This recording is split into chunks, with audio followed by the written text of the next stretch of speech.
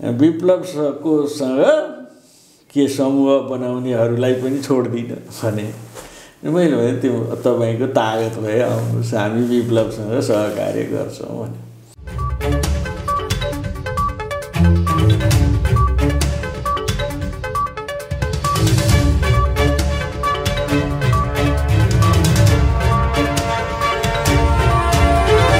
नमस्कार आदरणीय दर्शकवृन्द, AP news यात्राको यो अर्को एउटा विशेष संवादमा यहाँहरूलाई धेरै स्वागत छ। म रोहित भण्डारी। दर्शकवृन्द, सत्तारूढ दल नेकपा विभाजित भएको अवस्था छ। जति बेला तत्कालीन नेकपा एमाले र माओवादी केन्द्रका बीचमा एकीकरण हुँदै थियो र एकीकृत दलको नाम नेकपा राख्दै थिए, त्यति बेला ऋषिराम कट्टेलले नेतृत्व गरेको नेकपा, जसले आफ्नो नाम चोरेको भनेर न्यायालय गुहारेको थियो, निर्वाचन आयोग गुहारेको थियो, अहिलेसम्म पनि यो न्यायालयबाट यसको छिनोफानो भइसकेको अवस्था छैन। तर छिनोफानो नहुँदै सत्तारूढ दल नेकपा विभाजित भइसकेको अवस्था छ। विशेष गरी प्रतिनिधि सभाको विघटनको विषयलाई लिएर नेकपामा त्यो भाँड भैलो मचियो पछिल्लो पटक र त्यही विषयले नेकपालाई विभाजित तुल्या। नेकपामा आएको यो विभाजन, जसलाई लिएर यति बेला विभिन्न खालका टीका टिप्पणीहरू भइरहेका छन्। कतिपयले भनिरहेका छन् कि यो नेकपाका नेताहरूको आपसी बेमेलताको उपज हो भनेर भनिरहेका छन्, त कतिपयले त्यो बेमेलता उत्पन्न गराउनमा अन्तर्राष्ट्रिय शक्ति केन्द्रहरूको समेत हात छ भनेर भनिरहेका छन्। ठिक यही बेला उत्तरी छिमेकी चीनको एउटा प्रतिनिधि मण्डलले नेपालका राजनीतिक दलका नेताहरूसँग भेटघाट गरिरहेको छ र दक्षिणी छिमेकी देशका अधिकारीहरूको पनि विभिन्न खालका प्रतिक्रियाहरू, विभिन्न खालका भनाइहरू सार्वजनिक भइरहेको अवस्था छ। हामी आजको यो कार्यक्रममा विशेष गरी सत्तारूढ दल नेकपामा आएको यो विभाजनका सन्दर्भमा त केन्द्रित हुन्छौँ नै, सँगसँगै पछिल्लो पटक विप्लवले नेतृत्व गरेको नेकपा, ऋषिराम कट्टेलले नेतृत्व गरेको नेकपा, मोहन वैद्य किरणले नेतृत्व गरेको क्रान्तिकारी माओवादी र आहुतिले नेतृत्व गरेको अर्को कम्युनिस्ट पार्टीका बीचमा रणनीतिक एक प्रकारको एकता, कार्यगत एकताको त्यो घोषणा गरिएको छ। वास्तवमा यो के हो?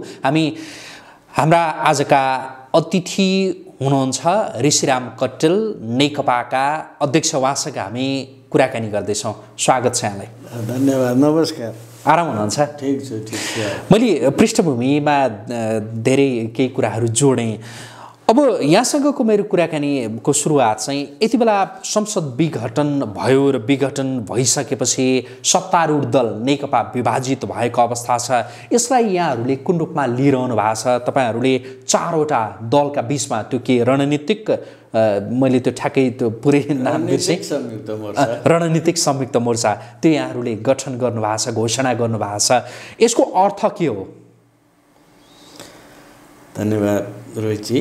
जहाँसम्म अब सरकारी पार्टी र यसले नेतृत्व गरेको दल जो विभाजित भएको छ र यसको नेता अध्यक्ष प्रधानमन्त्री केपी शर्मा ओलीले प्रतिनिधि सभा विघटन गरेका छन्, यस सम्बन्धमा हामीले आफ्ना दृष्टिकोणहरू सार्वजनिक गरिसकेका छौँ। पहिलो कुरा त यो विघटनको पछाडि यो सिङ्गो प्रणाली, जो सिस्टमको असफलता हो। केपी ओली एक्लैको भन्दा पनि त्यो डबल नेकपा र त्यसको पार्टी र त्यसको नेतृत्व टिमको असफलता एकातिर छ भने अर्कोतिर यो संसदीय व्यवस्था, जसको सारा त नेतृत्व सत्ता शक्ति सामन्त दलाल र नोकरशाही पुँजीवादकै हातमा छ, यो व्यवस्थाको असफलता नम्बर एक कुरा। हामीले निकालेको निष्कर्ष उनीहरू संविधान बनाएर 3 वर्ष पनि सरकार बहुमत, झन्डै 2/3 बहुमत जनताले दिने र 3 वर्षसम्म पनि सरकार चलाउन नसक्ने भनेपछि यो कुनै व्यक्ति मात्रैमा केन्द्रित छैन। यसको पछाडि यो सिस्टम, यसले जुन कुराको परिकल्पना गरेको छ त्यही गलत छ र यिनीहरूको संविधानले परिकल्पना गरेको चिज नै गलत छ भन्ने कुरा यसले प्रमाणित गर्यो। एक। अब दोस्रो कुरा त केपी ओलीको यो एउटा प्रतिगमनको यात्रा पनि हो। उनको मूल चरित्र यद्यपि संसदीय व्यवस्थामा संसद विघटनलाई प्रतिगमन मानिँदैन। संसारका धेरै यस्ता देशहरू छन् जहाँ संसद विघटन हुन्छन्, मुद्दा बेसिसमा हुन्छन्। बेलायतमा पटक पटक भएको छ। तपाईँ एक्जिट प्रकरणमै प्रधानमन्त्रीले संसद विघटन गरे। 64-65 तपाईँ हेर्नुहुन्छ भने भारतमा भारतीय जनता पार्टीका पपुलर नेता अटल बिहारी वाजपेयी जो प्रधानमन्त्री थिए, उनको संसद अझ 1 वर्ष आयु बाँकी नै थियो।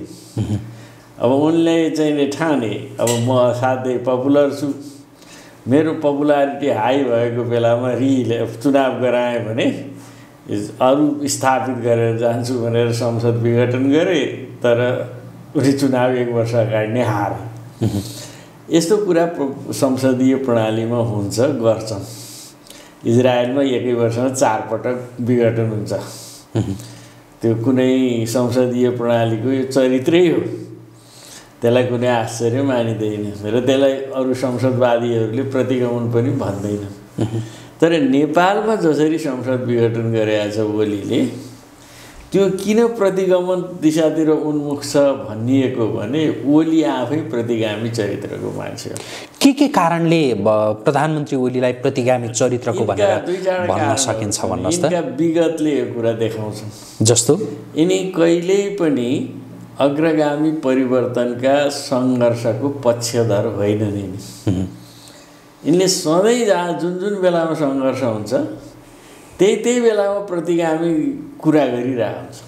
जस्तो भनौँ 62-63 आन्दोलनमा पनि यिनले के भने त हामी सङ्घर्ष गरिरहेको थियौँ, ज्ञानेन्द्र शाहले हामीहरूलाई जेलमा हालिराखेका थियो। तर ओली के भन्दै थिए, यस्ता आन्दोलनले के बैलगाडा चढेर अमेरिका पुग्नु र 10-20 जना सडकमा उभिएर राजतन्त्र फाल्छु भन्नु एउटै कुरा हो भनिरहन्थ्यो। उनी एकै दिन पनि सडकमा आएन, सब जनताले देखाएको छ। उनलाई यो परिवर्तन रुचेको थिएन। उनी करिब त्यही 46-47 को संविधानको सेरोफेरोमा बस्न चाहन्थे। त्यसकारण पछाडिको यात्रा सोच्ने मान्छेलाई नै प्रतिगामी भनिन्छ। त्यो उनको नेचर, प्रवृत्ति त्यस्तो देखिन्छ। एक। दोस्रो कुरो, अहिले पनि उनी सरकारमा जब आए, उनीले आफूले बनाएको भनेको संविधानकोले निर्दिष्ट गरेको केही अग्रगामी बाटोहरूलाई पनि उनले अवरुद्ध गरे। अब उनका बजेट हेर्नुहोस् हैन, उनका कार्यनीति हेर्नुहोस्। उनले घोषणा गर्छन् नि संसदमा, यो 3 वर्ष घोषणा गरे। अनि उनले सङ्घीयताका बारेमा, तलको स्थानीय निकायका बारेमा दिइरहेका अभिव्यक्तिहरू हेर्नुहोस्। उनका अधिकारमाथि जसरी कटौती गरिरहेछन्, ती सबै कुरा हेर्नु हो भने उनी यो 62-63 को परिवर्तनको पक्ष पोषण गर्न लागेनन्, न्यूनतम पनि लागेनन् र चाहिँ बरु पछाडि फर्काउने चाहिँ दुष्प्रयास गरिरहे। यसका थुप्रै उदाहरणहरू अरू सबै दिन सकिन्छ। त्यसकारण यिनलाई मान्छेले के शङ्का गरे त भने यिनी अग्रगामी परिवर्तनका पक्षधर मान्छे होइनन्, यिनी प्रतिगामी मान्छे हुन्। त्यसकारण यिनले चाहिँ यो संसद विघटन गर्नुको पछाडि चाहिँ पक्का प्रतिगामी षड्यन्त्र छ भन्ने कुरा मान्छेहरूले चाहिँ यिनको चरित्रको कारणले अनुमान गरे हुन्।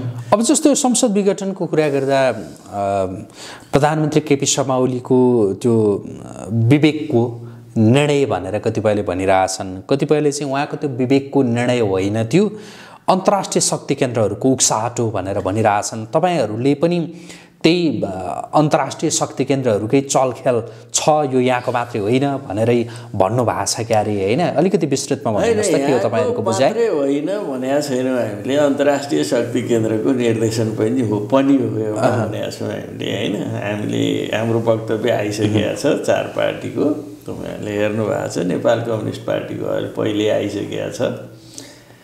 मूलत यसको पछाडि 4-5 वटा कारणहरू देख्छौँ हामी यो विघटनको पछाडि। अब पहिलो कुरा त जसरी नेकपा बनाइयो, जुन इलिमेन्ट्सलाई लिएर आएर चाहिँ नै एकता गराइयो, माने माओवादी र ओलीको एकता नै असाध्यै बेमेलको बीचको एकता थियो। किनभने ओलीको राजनीतिक उदय, ओलीको चाहिँ नि त्यो पार्टीभित्रको उदय नै के हो भन्दा उनी माओवादीको प्रखर विरोधी हुन्। त्यसो भएर उनलाई माओवादी विरोधी क्याम्पले उनलाई आफ्नो नेता बनाएको हो नि त।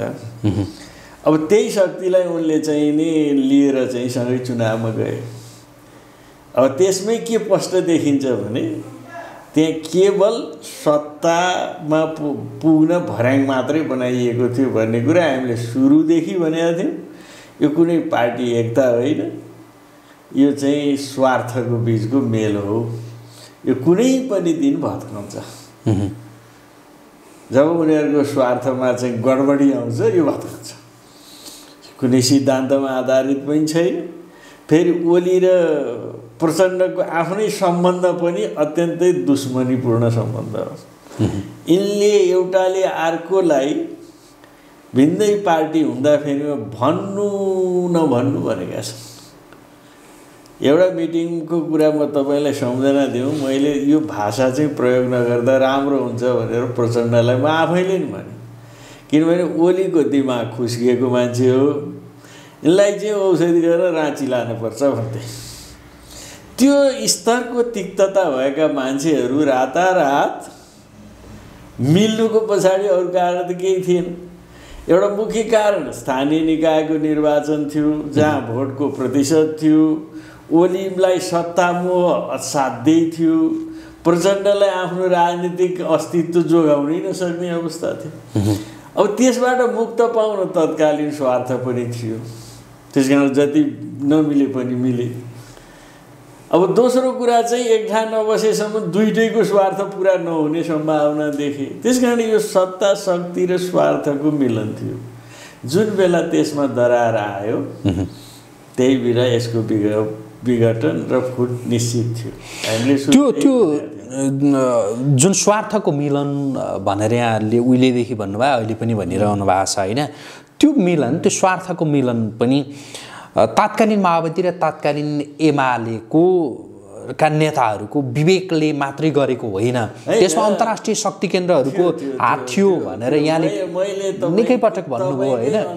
कार्यक्रममा पनि जस्तो कुन शक्ति केन्द्रको चाहिँ हात थियो र अहिले यो विभाजनमा कुन शक्ति केन्द्र रह्यो? लुकाइ कुरै छैन, लुकाइ कुरै छैन। यिनीहरूलाई मिलाउनेमा इन्डो वेस्ट नै हो। अनि अहिले भत्काउने भत्काउने पनि त्यही हो। त्यसले किन मिलायो र किन भत्कायो? किन मिलायो भन्दा त्यसले 2-3टा कारणले मिलायो।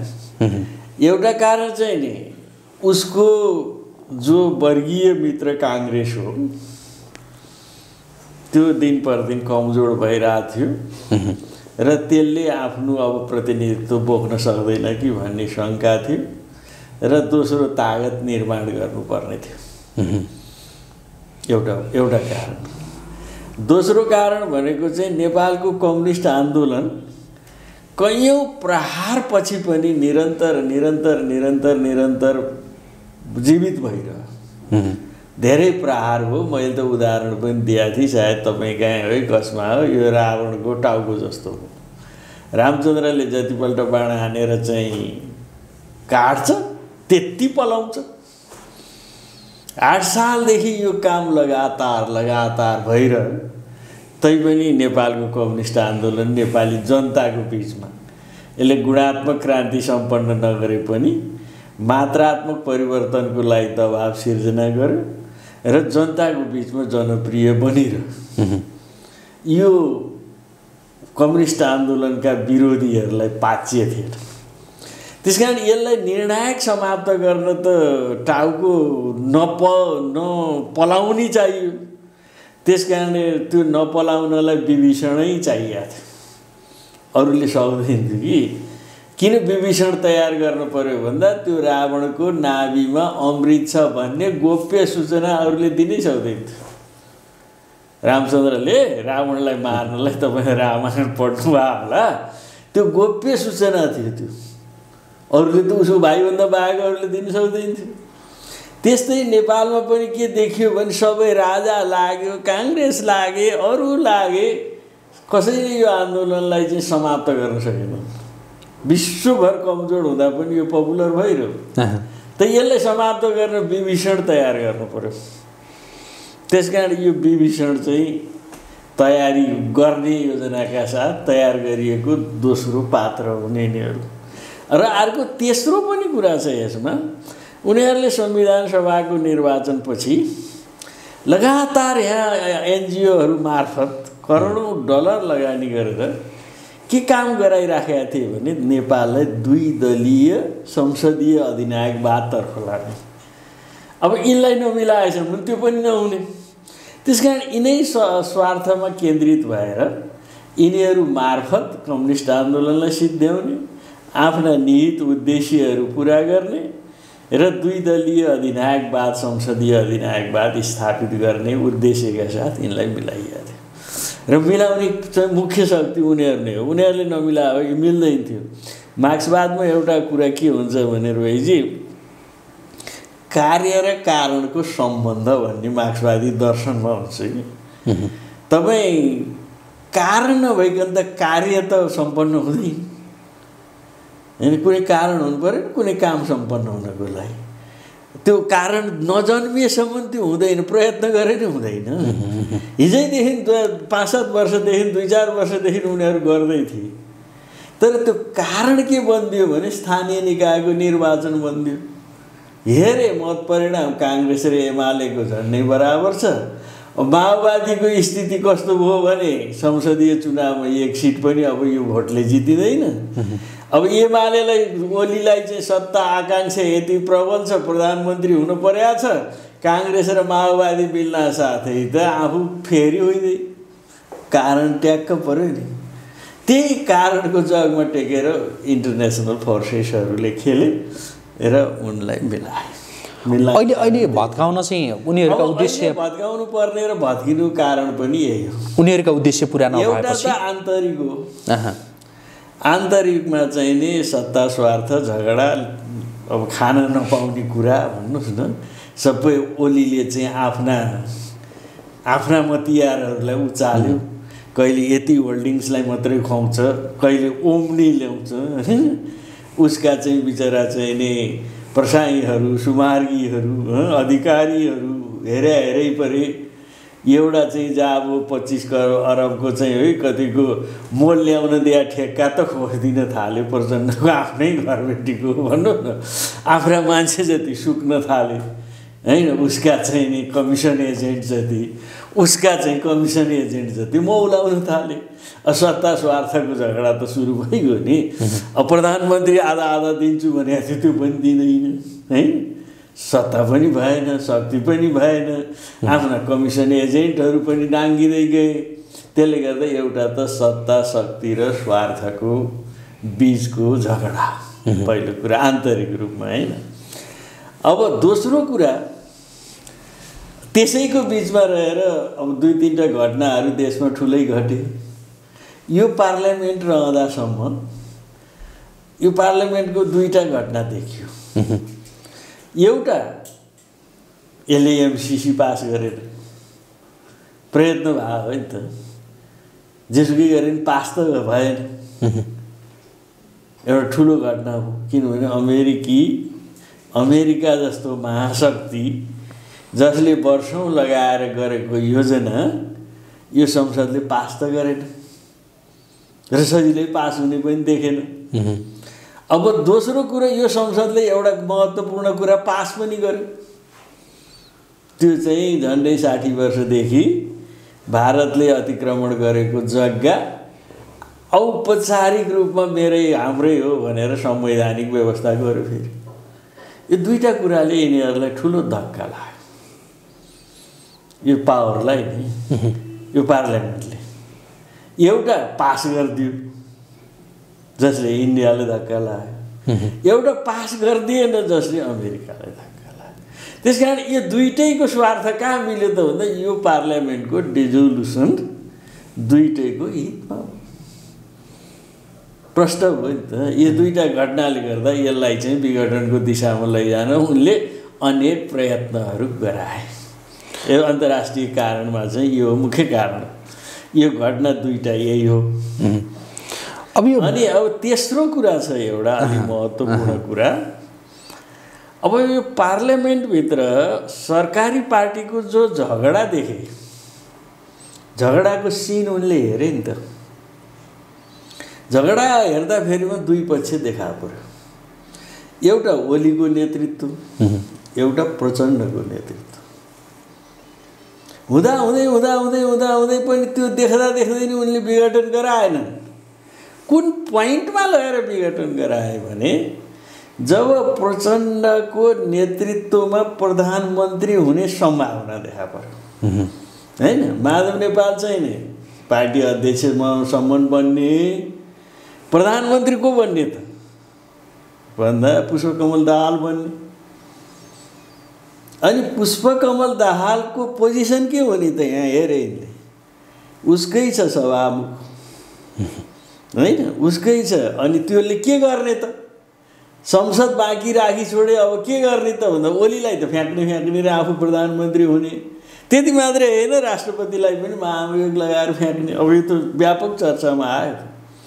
राष्ट्रपतिलाई महाभियोग लगाएर नन्दबहादुर पुनलाई चाहिँ कार्यवाहक राष्ट्रपति बनाउने, सभामुख आफ्नो छँदैछ। आफू प्रधानमन्त्री भएपछि यो राज्यको बागडोर चाहिँ फेरि मेरो हातमा आउँछ र लिन्छु भन्ने प्रचण्ड प्लान यहाँ देखा पर्यो। अब यो कुरो यहाँको सत्तासीनहरूलाई पाच्य भएन। अहिलेको अवस्थामा के देखिन्छ भन्नु होला भने जो इन्डो अमेरिकी शक्ति र यहाँको सत्ता भनेको रोहितजी यो सरकार मात्रै होइन कि, यहाँको ब्युरोक्रेसी हो, यहाँको अदालत हो, यहाँको सेना हो, यहाँको पुलिस हो, यो सत्ता हो। यसको बेगर यो सरकार मात्रै चल्छ। र यो सत्ता अहिले चाहिँ जोइन्ट छ, इन्डो अमेरिकीहरूको पनि हो, उसको निर्देशनमा चल्छ। त्यसो भएको हुनाले यिनलाई के लाग्यो भने यिनले पुष्पकमल दाहाललाई नेता मान्न अस्वीकार गरे। कुरो हुँदैन त, मेरो खेताला चाहिँ हुन सक्छस् भाइ, तँलाई नेता हामी स्वीकार्दैनौँ भनेर चाहिँ यिनको जोइन्ट चिन्तन अनुसार यो संसद विघटन भयो। उसलाई चाहिँ नत्र त उसको होल्डिङ हुने भयो, उसको होल्डिङको नेतृत्व चाहिँ अस्वीकार्य भएको कारणले पनि मैले त हिजो एउटा लेखाएँ छु यो विघटन भयो। त्यस कारण कतिपय मान्छेहरूले भनेका छन् संसद पुनर्स्थापना हुन्छ। अब मलाई चाहिँ के लागिरहेको छ त भन्नु होला, जुन कारणले संसद विघटन जुन शक्तिले गराछ त्यति सहजै चाहिँ नि यो संसद पुनर्स्थापना हुनेवाला छैन। हुँदाखेरिमा परिणाम त्यस्तो आउँछ। त्यो परिणामलाई रोक्न नै उनीहरूले यो काम गरेका छन्। त्यसो भएको हुनाले यो सपना मात्रै हो, दिउँसै सपना नदेखे हुन्छ भने, तर कहिलेकाहीँ कोही मान्छे दिउँसो नि सुत्छ र दिउँसो सुत्छ, कोही मान्छे सुत्छ, दिउँसै नि कसैले सपना देख्छ। त्यो चाहिँ अपवाद। यदि कोही मान्छे दिउँसो सुत्या ढङ्गले सपना देखा जस्तो भएछ भने अथवा भुइँचालै आएछ भने यसलाई भन्न सकिएन। नत्र यो जुन शक्तिले यो संसद विघटन गराएको छ, ओलीलाई यो गर्न ठाउँमा पुर्याएको छ र जुन कारणले उसले पनि गरेको छ, यति सहजै यो पुनर्स्थापना हुने सम्भावना म देख्दैन। त्यस कारण यी 4-5वटा कारणहरूले यो पार्लियामेन्ट विघटन भएका छन् र मूलतः यो यात्रा चाहिँ प्रतिगमन उन्मुखै यात्रा हो। यो प्रतिनिधि सभा विघटन भइसकेपछि अहिले चिनिया टोलीको दौडधुप व्यापक चलिरहेछ। अब जस्तो यो दौडधुपलाई लिएर विभिन्न खालका टिका टिप्पणीहरू भइरहेका छन्। कतिपयले नेकपा मिलाउनका लागि हो, जो तपाईँले सरकारी नेकपा भन्नुहुन्छ त्यो सरकारी नेकपा मिलाउनका लागि हो भनेर भनिरहेछन्। कतिपयले चाहिँ अब यी नेताहरूले प्रचण्ड, माधव नेपाल, केपी ओली, झलनाथ खनाल यिनीहरू मिल्दैनन् एक आपसमा। अब योभन्दा एउटै अलिकति बलियो शक्ति त चाहिन्छ, त्यो बलियो शक्ति चाहिँ राज संस्था हुनसक्छ भनेर त्यो एक खालको लबिङ पनि अब गरिरहेको हुन सक्छन् भनेर भनिरहेछन्। तपाईँलाई चाहिँ के लाग्छ त्यस्तो होला? होइन, मलाई के लाग्छ त, यद्यपि अहिले चिनियाहरूसँग मेरो सम्बन्ध छैन र कुराकानी भएको छैन होइन। नभएको कुरालाई अहिले भयो भनेर गफ लगाउनुको कुनै अर्थ छैन। मैले चिनियाहरूलाई जे बुझेको छु, विगतमा जसरी कुराकानी हुन्थे ती आधारमा हेर्दाखेरि म यी कुरासँग त्यति पत्यार गर्दिनँ। कुरो हुनु है त कि अब यहाँ एउटा त के प्रयत्न भइरहेछ भने साउथले, दक्षिणले, त्यहाँको मिडियाले, त्यहाँको प्रोपोगन्डा फोरमहरूले लगातार के प्रचार गरिरहेका छन् भने, गर्न कोसिस गरिरहेछन् भने नेपालमाथि बढ्ता हस्तक्षेपको वातावरण बनाउन चिनियाहरूको हस्तक्षेप नेपालमा बढिरहेको छ। जो आफ्नो हिन्टरलाइन मान्छन् नि उनीहरू त आफ्नो चाहिँ वीरतामा अर्को आइरहेछ भन्ने चाहिँ उनीहरूले प्रचार गराइरहेछ, ताकि त्यो प्रचारको माध्यमबाट नेपालको मामलामा वेस्टको चाहिँ सपोर्ट इन्डियालाई मिलोस्। किनभने नेपालमा चीनले चाहिँ हस्तक्षेप गरिरहेछ, त्यसमा जुझ्न पर्ने छ, वेस्टलाई जुझ्नु पर्ने छ, किनभने यो सामरिक महत्त्वको देश हो। त्यस कारणले त्यो हस्तक्षेपलाई चाहिँ रोक्ने तागत चाहिँ मलाई दिनुपर्छ, तैँले तिमीहरूले सपोर्ट गर्नुपर्छ भनेर चाहिँ वेस्टको समेत नेपाल सम्बन्धी इन्डियन नीतिलाई समर्थन लिन तलतिरकाले चलाएको एउटा पोलिटिकल प्रोपोगन्डा हो नम्बर 1 कुरा, मलाई त्यस्तो लाग्छ। अब नम्बर 2 कुरा, अहिले चिनियाहरू पनि केही न केही एक्टिभ भएको छ हैन, त्यो चाहिँ देखिन्छ किनभने उनीहरू पनि व्यापारी हैन, ठुला व्यापारी बनेका छन्। चिनिया कम्युनिस्ट पार्टी अहिले चाहिँ नि उसको धन्दा के छ एउटा भने चीन फर्स्ट भन्छ, जसरी हुन्छ चीनले कमाउनु परेको छ। यहाँ अरूका कुरा धेरै जान्दैन। अब उसलाई के चाहिएको छ त भने नेपालमा यस्तो बनोस्, यहाँ अलि स्थिर बनोस्, यहाँ चिनिया विरोधी गतिविधि नबनोस् र चाहिँ उसलाई नेपालको स्थिरता र चीन समर्थक शक्ति तयार हुँदा नेपालबाट प्राप्त हुने त उसलाई केही पनि छैन। के प्राप्त हुन्छ र विश्व बजार कब्जा गरेको चीनलाई, जसको उसकै 1.5 अरब चाहिँ जनसङ्ख्या छ, 2 करोड जनसङ्ख्या भएको देशले कति किन्देला, कत्रो व्यवसाय होला भन्नु तपाईँ, त्यो त केही कुरा होइन। उसको दुईटा कुराको चासो छ, गम्भीर चासो। एउटा त उसको देशमा अस्थिरता सिर्जना गर्न तयार गरिएको एउटा पात्र छ दलाई लामा, र त्यसको ठाउँ छ तिब्बत। त्यो ठाउँबाट अस्थिरता चाहिँ नि मुभमेन्टहरू विकास गर्ने इन्डिया अमेरिकाको पहिलेदेखि प्लान छ, पालेर राखेको छ नि उनीहरूले। कहिले खम्पा विद्रोह भन्छन्, कहिले के भन्छन्, यतातिर पनि उनका चाहिँ दलाई लामाका मान्छेहरूलाई राखेका छन्। त्यो चाइनिजहरूलाई थाहा छ। अब नेपालमा लामो 1400-1500 बोर्डर चाहिँ मिटर चाहिँ किलोमिटर बोर्डर जोडिया छ। त्यस कारणले नेपालबाट त्यस्तो गतिविधि नहोस् भन्नको लागि नेपाल सरकारमा जो मान्छे हुन्छन् तिनीहरूसँगको सम्बन्धलाई उसले चाहिँ नि निरन्तर दिइरहन्छ। हिजो पहिला राजालाई नै भर पर्थ्यो हैन, महेन्द्रले त्यही काम गर्यो, वीरेन्द्रले त्यही काम गर्यो। म साथै एक दिन भन्थ्यो 62-63 को आन्दोलनमा चर्काचर्की हुँदा ज्ञानेन्द्रले त्यही गर्छ भन्थ्यो, तेरो पारस त जाँड खाएर हिँड्छ गर्छ भने मैले गर्छ, बेलायत लगेर पनि गर्छ भन्दै थियो हैन। त्यसकारण उसलाई राजाको परिवारले फ्री तिब्बत मामलामा चाहिँ अरूलाई सहयोग गर्दैन, चीनलाई नै मद्दत गर्छ भन्ने एउटा विश्वास थियो हैन।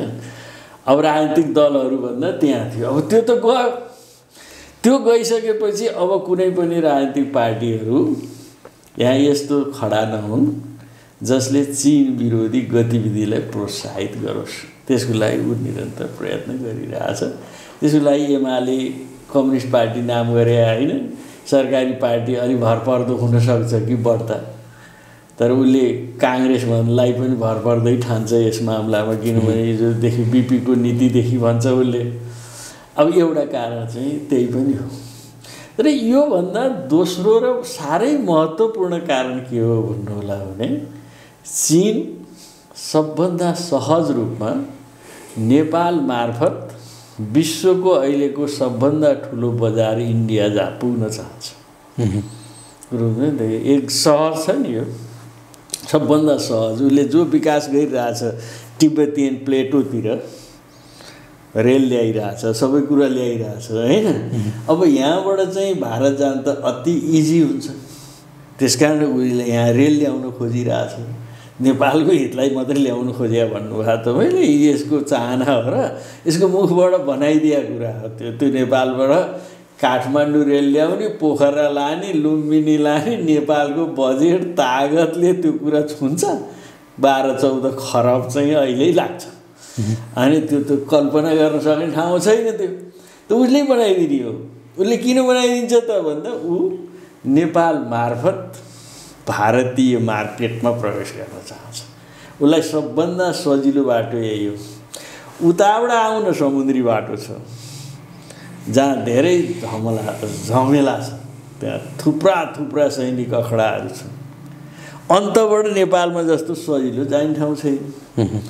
भारतको पूर्वोत्तर भागतिर भारतै मान्दैन, किनभने उसको पूर्वोत्तर पनि पश्चिम पनि त्यहाँ त अनेक किसिमका सङ्घर्ष छ नि। उता काश्मीरले अप्ठ्यारो पार्ने ठाउँ छ, यता चाहिँ बोडो लगायत अनेक जातका सङ्घर्षहरू छन्। उसको संवेदनशीलता छ, त्यस कारण अन्तबाट छिर्ने सम्भावना छैन। छिर्ने सम्भावना नेपालबाटै छ। त्यस कारण भारतीय मार्केटको पहुँच हो। उसले कहिल्यै पनि चिनियाहरूले तपाईँ यिनका नेताहरूलाई सोध्नुहोस्, जहिले पनि अर्थी के दिन्छ भने तिमीहरूले भारतसँगको सम्बन्ध राम्रो बनाउनुहुन्छ।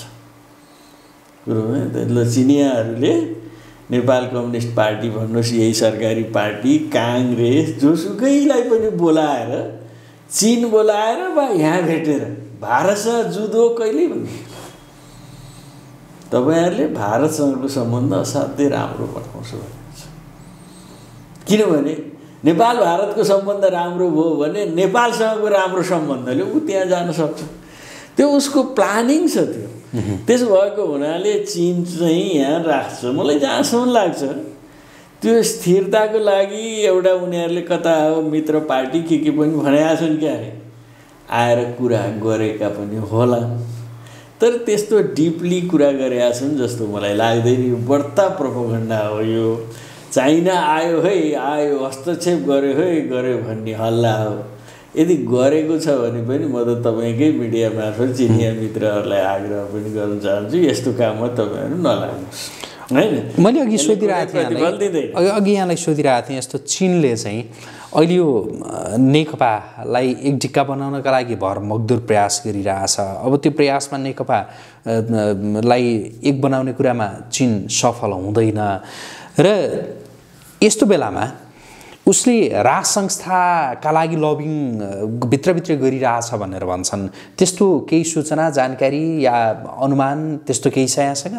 खै छैन, मलाई यस्तो कुराको कुनै जानकारी छैन। विगतमा चाहिँ 62-63 को आन्दोलनको बेलासम्म चाहिँ चिनियाहरू राजतन्त्र नजाओस् भन्नेमै थिए, कुरो थिए र त्यसबारेमा यिनका चाहिँ पोलिटिकल कमिसनरसँग मेरो चाहिँ नि विवाद पनि भएको थियो।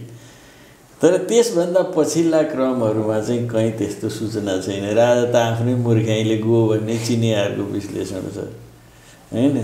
राजा यहाँको क्रान्तिले सङ्घर्षले गएको होइन, राजा ज्ञानेन्द्र आफ्नो कुबुद्धिले गएको। त्यसो भएकाले त्यो कुबुद्धिले आफै छोडेर जानेलाई अब कसले ल्याएर फर्काएर हादिएर के फाइदा हुन्छ भन्नु न। त्यस कारण त्यो चिनियाहरू त्यति कुरा राम्रोसँग बुझ्छ, किनभने यहाँको सङ्घर्षले जुन स्तर थियो त्यति स्तरले राजतन्त्र समाप्त हुने सङ्घर्ष थिएन। हामी नै लाग्यो त नि त्यो काममा होइन। तर चाहिँ नि उसको कुबुद्धिले उगायो। यहाँ अरूलाई अहिले राजावादीहरू दोष लाउँछन्, त्यो कसैको दोष होइन। अब नेपाल कम्युनिस्ट पार्टीको जन्म 2006 सालमा भयो। कमरेड पुष्पलालले आफ्नो घोषणापत्र लेख्दैमा गणतन्त्र राजतन्त्र फ्याँकेर गणतन्त्र ल्याउने कुरा घोषणा थियो। हामी 60 वर्ष 70 वर्ष त्यसको लागि लडिरहे। हाम्रा कैयौँ सपुतहरू मारिए त्यही राजतन्त्रबाटै। स्वयं कमरेड पुष्पलाललाई नेपालमा बस्न दिएन। बस्न मात्रै नदियो र यो राजतन्त्रले मरेपछि लास ल्याउनु पनि दिएन। लास मात्रै ल्याउनु नदिया हो, खरानी पनि ल्याउन दिएन। खरानी चाहिँ लुकाएर ल्याउने साथीहरू अहिले पनि जीवितै छन्। एकजना त मेरै पार्टीको वरिष्ठ नेता हुनुहुन्छ आरबी भण्डारी। प्लेनबाट खरानीसम्म ल्याउन नदिएर सिमरा झरेर लुकाएर यहाँ खरानी ल्याउनु पर्यो। त्यो जस्तो अपराधी संस्थालाई कम्युनिस्ट पार्टीले त कहिले राख्न खोज्छ भन्नुहोस् त? कहिले राख्दैन। उसको घोषित उद्देश्य हो। त्यस कारण भारतले भन्यो के भन्यो को भन्यो, भारत पनि लाग्यो होला होइन। को लाग्यो त्यो हामी जान्दैनौँ। तर हाम्रो नेपाल कम्युनिस्ट पार्टीको घोषित उद्देश्य हो राजतन्त्रको अन्त्य र गणतन्त्रको स्थापना। त्यसको लागि जो मित्रहरूले सहयोग गरे त्यसलाई हामी त धन्यवादै दिन्छौँ, किनभने यो हाम्रो त घोषित उद्देश्य लुकाएकै छैन। 6 सालमा हाम्रो घोषणापत्रमै लेखाएको छ त हामी राजतन्त्र राख्दैनौँ। अब एकैछिन जस्तो तपाईँहरू 4वटा पार्टी, तपाईँले नेतृत्व गरिरहेको नेकपा, विप्लवले नेतृत्व गरिरहेको नेकपा, मोहन वैद्यको पार्टी, यता आहुतिको पार्टी बिच जुन खालको एउटा मोर्चाको तपाईँहरूले घोषणा गर्नुभयो, यो चाहिँ के पार्टी एकताका लागि गर्नुभयो कि के का लागि गर्नुभयो?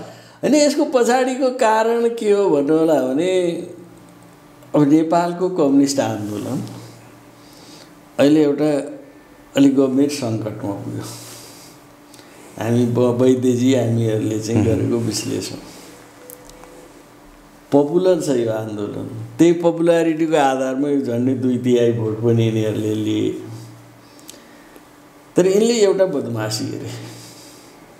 बदमासी के गरे भने क्रान्ति सम्पन्न भइगयो भने र यथास्थितिवादी संसदवादलाई यिनले क्रान्ति सम्पन्न भएको चाहिँ कुरा प्रचार गरे। जबकि राज्य सत्ताको चरित्रमा बदलावै आएको छ। जनताको हातमा राज्य सत्तै आएको छैन। यहाँको उत्पादन साधन र उत्पादन शक्तिहरूको परिवर्तनै भएको छैन होइन। यहाँको चाहिँ सत्ताका सारा हिजोका संरचनाहरू यथास्थितिमै छन्। अब यस्तो अवस्थालाई चाहिँ उनीहरूले क्रान्ति सम्पन्न भयो भनिसकेपछि एउटा जटिल समस्या हाम्रो अगाडि आयो। यो क्रान्ति सम्पन्न भएको होइन। देशमा आफूलाई सबभन्दा ठुलो पार्टी भनेको कम्युनिस्ट पार्टीले प्रतिक्रियावादीसँग आत्मसमर्पण गर्यो। अब त्यो बेलामा अब हामीले हाम्रा पनि त अब जिन्दगी यसमा लगाएका छौँ है, के गर्ने त? यसलाई कसरी जोगाउने, कसरी रक्षा गर्ने र कसरी चाहिँ नेपालमा फेरि पनि मार्क्सवाद लेनिनवादलाई बलियो बनाउने र यसले परिकल्पना गरेको राज्य व्यवस्था चाहिँ ल्याउने हाम्रो अगाडि त्यो चुनौती कायम रह्यो, बढ्ता हो अहिले। र हामी निरन्तर अब यससँग जुझ्ने प्रयत्नहरू गरिरह्यौँ। र एउटै मात्रै बाटो के भयो भने यो राज्य सत्ता जसले चाहिँ एक थरीले भने क्रान्ति भयो र अब क्रान्ति गर्नै पर्दैन भने, जो कम्युनिस्टहरू होइन क्रान्ति सम्पन्न भएको छैन, अझै नयाँ खालको क्रान्ति गरेर चाहिँ जनताको राज्य सत्ता स्थापित गर्ने काम बाँकी नै छ भन्नेहरू पनि बाँकी रह्यौँ। यद्यपि कमजोर रह्यौँ। त्यस कारण अब हामीले सल्लाह गऱ्यौँ होइन, अब यसको विकल्प हामीले दिनुपर्छ भनेर विप्लवजी अलि छिटै सशक्तै रूपमा प्रस्तुत हुनु, उहाँमाथि प्रतिबन्ध पनि लाग्यो। हामी पनि निरन्तर वैचारिक सङ्घर्ष गरि नै रह्यौँ। अब अहिले यो 2-3 वर्षमा जे घटनाहरू घटे आम जनतामा पनि के लागेको थियो भने यो सुरुमा चुनावको बेलामा कम्युनिस्ट पार्टीलाई भोट नदिएर काङ्ग्रेसलाई जिताउने, यिनीहरूले गरी खाँदैनन् है, यिनीहरू कम्युनिस्ट होइनन् भनेर हामी हिँड्यौँ, चुनावमा भाग नलिएर पर्चा लिएर हिँड्यौँ। अब काङ्ग्रेसलाई जिताउने कुरा गर्नुहुन्छ भने कैयौँ जनताले भोट पनि हाले। अहिले 3 वर्षमा त देखेँ त होइन रहेछ, साँच्ची होइन रहेछ र चाहिँ अब एउटा चाहिँ वस्तुगत अवस्था तयार भयो कि तिमीहरूले अब यो क्रान्तिकारी शक्तिहरूलाई युनिफाइड गरेर यसलाई रक्षा गर्नुपर्छ भन्ने जनमत पनि प्रबल निर्माण हुँदै गयो र यिनीहरू पनि नाङ्गिए। यो अवस्थामा हामीले नेपालको कम्युनिस्ट आन्दोलनलाई पुनर्गठित गर्दै फेरि पनि यसको जनप्रियतालाई कायम राख्दै क्रान्तिका धाराहरूलाई अगाडि बढाउने उद्देश्यका साथ हामी अहिले यो ठाउँमा आएका छौँ। 4 पार्टी, तपाईहरुको 4 पार्टी विप्लव सहित को जो 4 पार्टी एक ठाउँमा आउनु भएको छ, रणनीतिक मोर्चा बनाउनु भएको छ, यो मोर्चा एउटै पार्टीमा रूपान्तरित हुने यो सम्भावना कतिको छ? हैन, सम्भावनालाई त्यसैलाई ध्यानमा राखेर हामीले रणनीतिक भनेको। मोर्चाहरू सामान्यतया 2 किसिमका हुन्छ। एउटा गठबन्धनात्मक मोर्चा जो 22 दल बनाइरहेछौँ नि, त्यो चाहिँ के हुन्छ भन्नु होला भने मुद्दामा आधारित हुन्छ। हामीले 22 दलको गठबन्धन बनाएको कुनै मोर्चा होइन, त्यसको कुनै स्थायी चरित्र छैन। त्यस जम्मा 2टा मुद्दा हो। एउटा एमसीसी पारित गर्न नदिने, एउटा चाहिँ राष्ट्रियता जो नक्सा चाहिँ जारी गरेको छ त्यो जमिन वापस ल्याउने, त्यसको लागि दबाब सिर्जना गर्ने। अब अहिले बिस्तारै केही जनजीविकाका कुरा त्यहाँ जोडिएका छन् मात्रै, नत्र त्यही 2टा उद्देश्य हो, त्यसैको लागि मात्रै त्यसले सङ्घर्ष गर्छ। त्यसले अरू उद्देश्य साह्रै समेट्दैन, अब बिस्तारै समेट्ने ठाउँमा जाला। अब दोस्रो थरीको मोर्चा भन्छ जसलाई हामी संयुक्त मोर्चा भन्छौँ, पहिले पनि प्र्याक्टिस भयो। जस्तो 46-47 को आन्दोलनमा संयुक्त वाम मोर्चा, संयुक्त राष्ट्रिय जनआन्दोलन बन्यो। त्यसको एउटा घोषित राजनीतिक उद्देश्य थियो, त्यही मुद्दा मात्रै थिएन कि निर्दलीय निरङ्कुश पञ्चायत व्यवस्था ढाल्ने र चाहिँ बहुदलीय व्यवस्था ल्याउने, त्यसको घोषित उद्देश्य थियो। त्यो आएपछि त्यो सक्यो, त्यो काम सक्यो होइन। अब यो तेस्रो थरीको मोर्चाको हामीले परिकल्पना चाहिँ रणनीतिक भनेको छ। रणनीतिक उद्देश्य प्राप्त नगरुन्जेल यो मोर्चा बस्छ, त्यसकारण यो स्थायी हो। रणनीतिक उद्देश्य प्राप्त गर्नको लागि एउटै कम्युनिस्ट पार्टी निर्माण अनिवार्य छ। फेरि त्यसकारण यसको अर्थ तपाईले नेतृत्व गरिरहेको नेकपा र विप्लवले नेतृत्व गरिरहेको नेकपा, मोहन वैद्यले नेतृत्व गरिरहेको क्रान्तिकारी माओवादी र आहुतिले नेतृत्व गरिरहेको पार्टीका बीचमा छिट्टै एकता हुन्छ? होइन, छिट्टै नभनौँ, छिट्टै हुने भए त हामी गरिसक्थ्यौँ। केही हाम्रा बीचमा फन्डामेन्टल मौलिक कुराहरूमा वैचारिक भिन्नता छ। तपाईँले अझै भनौँ के छ, जस्तो विप्लव र तपाईँहरूका बीचमा के छ हाम्रो बीचमा एउटै भिन्नता छ। उहाँले चाहिँ क्रान्तिको कार्यक्रम के भनिरहनु भएको छ भने वैज्ञानिक समाजवादी क्रान्ति भन्नुभएको छ।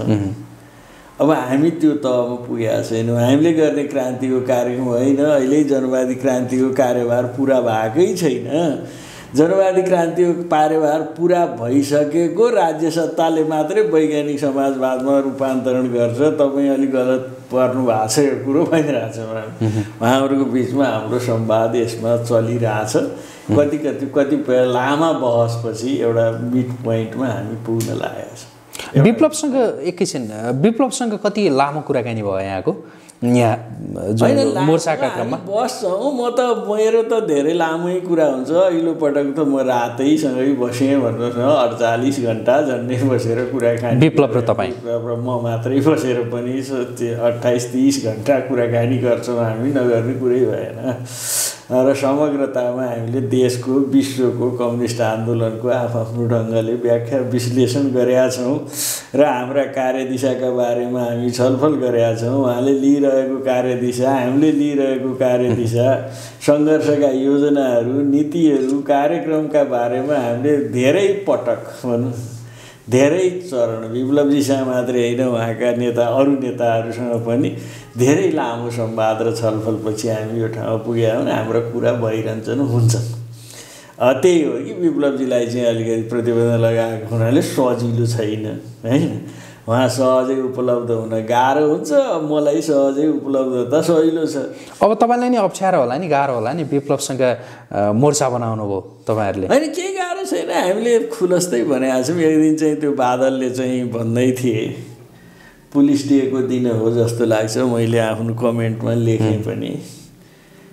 विप्लवकोसँग के समूह बनाउनेहरूलाई पनि छोड्दिनँ भने मैले भने त्यो तपाईँको तागत भए आउनुहोस् हामी विप्लवसँग सहकार्य गर्छौँ भने हामीलाई कुनै अप्ठ्यारो छैन यो प्रतिबन्ध हामी स्वीकार्दैनौँ हामी विप्लवलाई नेपालको कम्युनिस्ट पार्टीकै एउटा अभिन्न अङ्गको रूपमा लिन्छौँ पार्टीलाई र हामी सहकार्य गर्छौँ हामी घोषित छौँ अब त्यस बापत सत्ताले हामीलाई के गर्ने हिम्मत छ त्यही गरेको छ होइन हामी त्योसँग प्रतिरोध गर्न जुझ्न तयार छौँ र त्योसँग चाहिँ भिड्न तयार छौँ तयार गरेरै गरे भने त्यो उसले के गर्ने हामीलाई अदो गरेर समातेर थुन्ने त्यसले गर्ने अहिले त्यही त हो हामीले हतियार सतियार चाहिँ नि उठाएको छैनौँ हाम्रो अहिलेको हामी यो व्यवस्था मान्दैनौँ त्यो पनि प्रश्न छ होइन संसदीय व्यवस्था हाम्रो व्यवस्था होइन हामीले यसलाई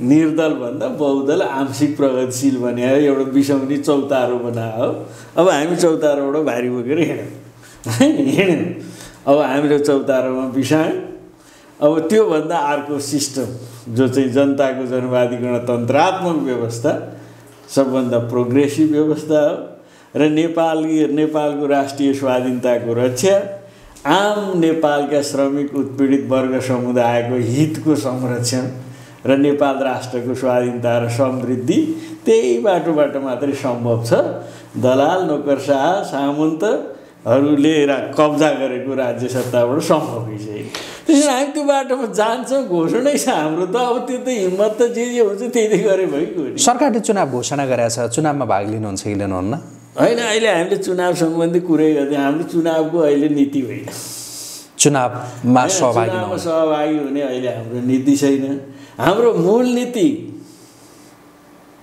क्रान्ति जनक्रान्ति व्यापक नेपाली जनताको जनक्रान्ति सङ्घर्ष उठाएर यो राज्य सत्तालाई ध्वस्त गर्ने हो अब नसक्दा कहिलेकाहीँ त केही त हुन्छ नि त फेरि त्यो कार्यनीतिक तहमा चुनाव कहिल्यै पनि हामी जाँदैनौँ भन्ने हाम्रो नीति पनि होइन होइन त्यो एउटा सङ्घर्षको थलो बन्न सक्छ त्यसले सङ्घर्षलाई हित गर्छ हामीले प्रयोग गर्न सक्छौँ अब चुनाव हुन्छ हुँदैन त्यो एउटा पाटो रह्यो होइन अब प्रतिनिधि सभाको पुनस्थापनाको माग पनि राखिरहेका छन् अब जस्तो के होला त्यो अहिले भन्न सकिएन मानिलियो चुनाव भयो भनेदेखि तपाईहरूको यो जाँदाखेरि निर्वाचनमा जाने भयो भने मोर्चा नै जाने हो कि या यसका विषयमा तपाईहरू स्वतन्त्र हुनुहुन्छ होइन हामी अहिले छलफलमै छौँ यसबारेमा हामीले हाम्रो अब एक हप्ताभित्रमा तपाईँलाई स्पष्ट भनौँ अस्ति त हामीले एउटा निर्णय सार्वजनिक गऱ्यौँ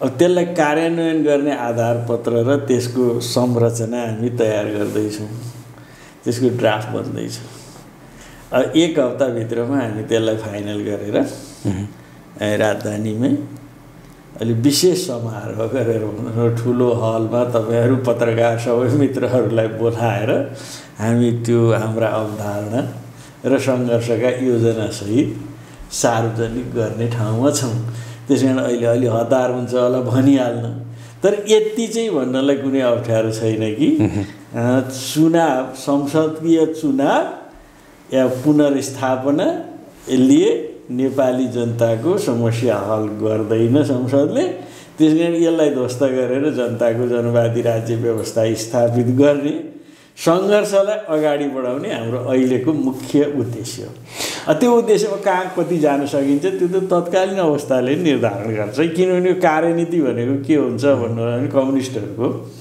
वस्तुगत अवस्थाले के हुन्छ त्यो बेलाको हेर्ने हो हामी कुराकानीको अन्त्यतिर छौँ। जस्तो तपाईँहरूले भनौँ न, जो अरू 3वटा र विप्लव सहितको जुन पार्टीका बिचमा जुन मोर्चा भयो नि, अझ प्रश्नसँग भन्नुपर्दा तपाईँहरूले जुन मोर्चा बनाइसकेपछि विप्लवलाई त भनौँ न योभन्दा अगाडि नै सरकारले प्रतिबन्ध लगाएको छ। प्रतिबन्धित पार्टीसँग मोर्चा बनाएका कारणले तपाईँहरूलाई पछिल्लो समयमा चाहिँ सरकारले कुनै चेतावनी चुनौती केही दिएको छ कि छैन? अघि एउटा भन्नुभयो, त्योभन्दा पछिल्लो चाहिँ कुरा गरिरहेको छौँ यहाँसँग। त्यसपछि हामीलाई यस्तो कुरा केही आएको छैन, तर हामीले आउँछ भन्ने पूर्वानुमान गरेका छौँ होइन।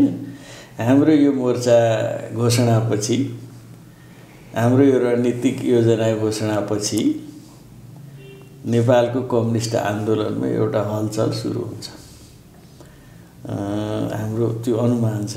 हामीले हिजो घोषणा गऱ्यौँ र आज बेलुकादेखि, हिजो बेलुकादेखि दिउँसोदेखि आज बिहानसम्मका सामाजिक सञ्जालहरू मैले स्टडी गर्न लागेँ। के भनेका छन् त मान्छेहरूमा, यसले देश विदेशमा छन् त नेपालीहरू, उनमा के तरङ्ग ल्याएको छ त भनेर अलि बढ्ता समय मैले त्यसलाई लगाएँ, अरू कुरा छोडेर। मान्छेहरू के प्रतिक्रिया दिइरहेछन् त भन्दा, जो कम्युनिस्ट आन्दोलनलाई सम्मान र माया गर्छन् उनीहरू अत्यन्त खुसी भएका छन् र यसलाई चाहिँ तिमीहरूले बलियो बनाएर लैजाऊ भन्ने सबैतिरबाट आएको छ। यसको मतलब हाम्रा कामले जब हाम्रा मित्रहरू खुसी हुन्छन् भने हाम्रा विरोधीहरू पक्का पनि दुखी भएको छन्। त्यो त प्रश्न चाहिँ छैन भन्नु। मित्रहरू जब खुसी भएको छन् भने विरोधीहरू त दुःख पाएकै छन् र उनीहरूलाई सबभन्दा यो सरकारी पार्टीलाई त झन् यो घटनाले अत्यन्तै ठुलो चाहिने चोट खान्छन् यिनीहरूले। किन भन्नु होला भने यी यस्तो चाहिने कुकृत्यमा संलग्न छन्। जनताले भोट हालेर 2/3 दिँदा सरकार चलाउँदैनन्, समाजवाद बनाउँछु भनेर जान्छन् र पुँजीवादको काम पनि गर्दैनन्।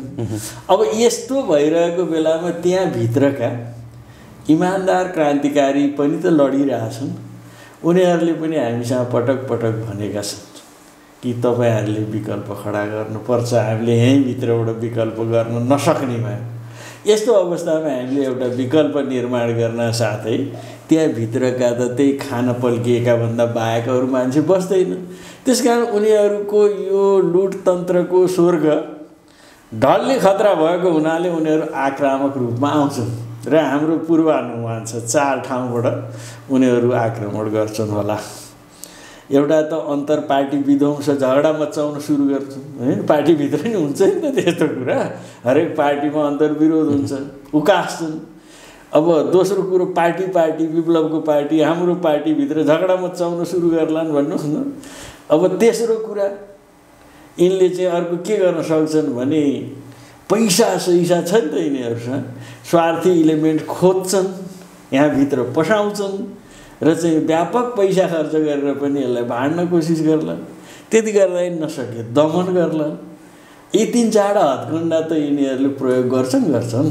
त्यो कुरामा हामी राम्रैसँग सचेत छौँ र हामीले त्यो कुराको स्टडी गरेरै हामी कुन कुन तागतसँग कसरी जुझ्नुपर्छ र कसरी जुझ्न सकिन्छ भन्ने योजनाका साथ र यसलाई कसरी चाहिँ निर्णायक तहमा नेपालको कम्युनिस्ट आन्दोलनलाई फेरि एकीकृत गर्न सकिन्छ भन्ने एउटा दीर्घकालीन प्लानसँग हामीले यो काम गरे हुनाले हामीलाई सबै हामीले तर्क योजना बनाएका छौँ। उनीहरूसँग कसरी जुझ्ने, उनीहरूले के प्रहार गर्लान् त्यसलाई कसरी परास्त गर्ने र हामी कसरी चाहिँ अझ योभन्दा ठुलो पैमानामा चाहिने क्रान्तिकारीहरूलाई गोलबन्द गर्ने, यो प्लानका साथ हामी आएको हुनाले हामी पनि तयारीका साथै आछौँ। त्यसै त उनले प्रतिबन्ध लगाएको पार्टीलाई, त्यसको नेतालाई बसेर राखेर अनि हामीले त्यसै त घोषणा गरेका छैनौँ नि त। त्यस कारण हामी पनि एउटा योजनामा आछौँ र हामी कुनै पनि मूल्यमा नेपालको कम्युनिस्ट आन्दोलनलाई विसर्जन गर्ने तत्त्वहरूलाई परास्त गरेर नेपालको कम्युनिस्ट आन्दोलनको क्रान्तिकारी धाराको रक्षा गर्छौँ, विकास गर्छौँ र यसलाई पुनर्गठन गरेरै छाड्छौँ भन्ने हाम्रो पनि एउटा अठोट छ नि त। हुन्छ, आजका लागि कुराकानी यति गरौँ। जुन समय दिनुभयो यसका लागि यहाँलाई धेरै धन्यवाद। धन्यवाद यहाँलाई पनि हाम्रा विचारहरू यसो प्रभावित गर्ने मौका दिनु, यहाँलाई धन्यवाद। हस्, आदरणीय दर्शकवृन्द, हामी कुराकानी गर्दै थियौँ नेकपाका अध्यक्ष ऋषिराम कट्टेलसँग। उहाँसँगको यो कुराकानीसँगै एपी न्युज यात्राको विशेष संवाद अहिलेका लागि यहीँ सकिन्छ। एपी न्युज यात्रा सँगै रहनुहोला। नमस्कार।